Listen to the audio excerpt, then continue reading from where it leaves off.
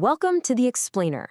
Today, we're diving into a really big question, one that gets at the heart of everything we do. What's the real value of our work?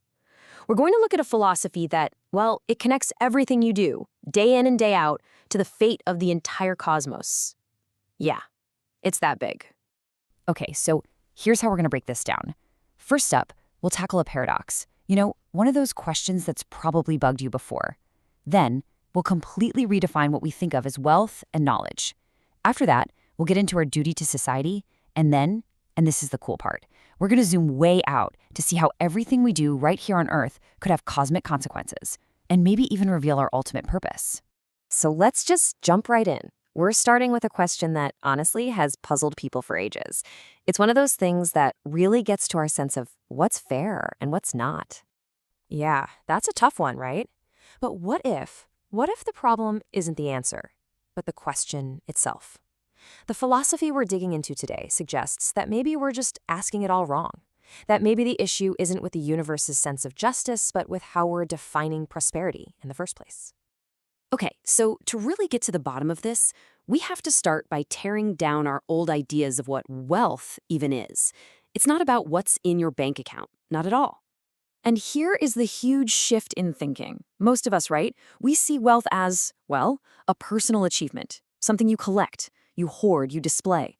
But this way of thinking flips that completely on its head. It says wealth isn't something you own, it's a trust. It's society's resources that you've been put in charge of. It's not a trophy on the shelf, it's a tool in the workshop. I mean, just let that sink in. Money is the people's blood and sweat. It doesn't just appear, right? It's the physical embodiment, the crystallized energy of thousands, millions of people working and sweating. So if you happen to have a lot of it, you're not the owner, you're more like a caretaker, a steward. And you have this huge responsibility to use it for the right reasons. Okay, so that's money. But that brings up the other side of the coin.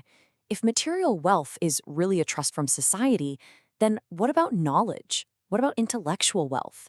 Well, according to this worldview, knowledge isn't just some bright idea you had in the shower. It's the same deal as money. It's the accumulated energy of every human struggle, every discovery, every aha moment throughout history. It's a collective resource, and you, as one person, have just been given a key to access it. And this is where we get to a really fascinating core concept: equivalence. This framework says that wealth and knowledge basically have the same mass, the same philosophical weight. Why? Because they both come from the same place, the collective effort of all of us. And that means they both come with the exact same level of responsibility. So if you accept this idea of a societal trust, it naturally leads to a whole new kind of social contract, right? If these incredibly powerful energies, money and knowledge, are basically just on loan from the rest of humanity, then anyone who has them, well, they have a very, very specific job to do. And it works like this, a really simple but powerful cycle. First, you're entrusted with these resources, be it money or knowledge. Second, you have to use them wisely to help people, to make society better. And third, this is the important part, you get your reward. But it's not more cash, it's not more power. It's something this worldview claims is way more valuable: the real, genuine respect and honor from other people. This leads to a pretty cool side effect. The truly knowledgeable people, they don't have to chase money, because money comes to them. The thinking goes that the people in charge of the wealth are always looking for the true intellectuals to back, so the resources just naturally flow to the people who will use them in the best possible way. Okay, so get ready, because this is where things take a pretty mind-bending turn. That reward we were talking about, the respect and honor, it's not just about getting a pat on the back or feeling good about yourself. No, it has consequences on a universal scale. Yeah, that respect you earn from people, it's not just an emotion. In this way of thinking, it's a literal kind of energy. Think of it like a spiritual mass that you build up, piece by piece, with every single thing you do to help others. I mean, just think about that quote for a second. Operate the galaxies. The idea is that this mass you're building up right here on Earth becomes your actual power source in the afterlife. It's the spiritual capital that decides what you're capable of doing on a cosmic level. It's wild. So this totally reframes what life on Earth is all about. This place, with all its problems and limitations, it's just the training ground. It's the gym. It's where we do the hard work to build up that spiritual mass.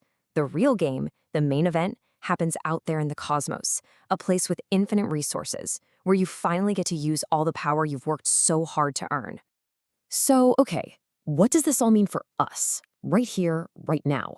What are we actually supposed to be doing on this training ground called Earth? Well, for all the complexity we've talked about, this whole philosophy actually boils down to one thing, just one single mission for your life. And this is it. Your purpose is to increase the mass of your soul. How? By using whatever talents you have for the good of other people. That's the whole game.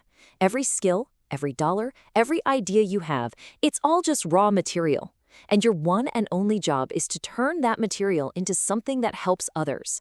And as you do that, you're literally building the eternal you.